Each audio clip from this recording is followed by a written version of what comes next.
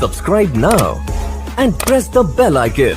Never miss an update. अखन अहाँ सब सुन रहल छी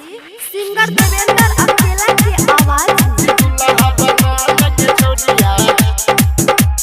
डीजे उमेश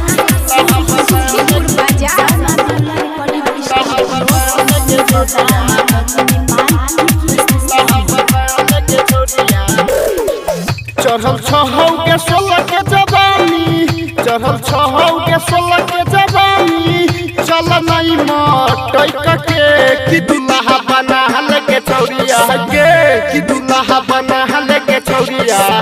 ओही लगन में कि दुल्हा बना लेके छौरिया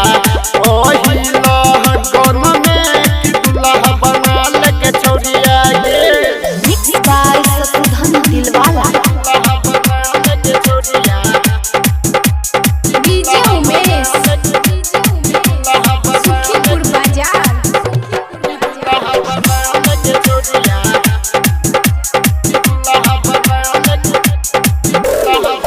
दिलवा के रानी बनैबौ तो रहे गे अपना गे जे जे तू कहबे के छौरी पूरा करबौ सपना गे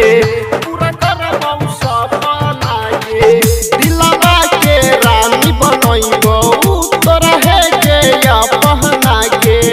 जे जे तू कहबे के छौरी पूरा करबौ सपना गे मिलत हुन्ना ऐसन दुल्हा मिलत हुन्ना ऐसन दुल्हा सारा संसार में कि दुल्हा बना लेके छौरिया गे कि दुल्हा बना लेके छौरिया ओही लगन में कि दुल्हा बना लेके छौरिया ओही लगन में कि दुल्हा बना लेके छौरिया गे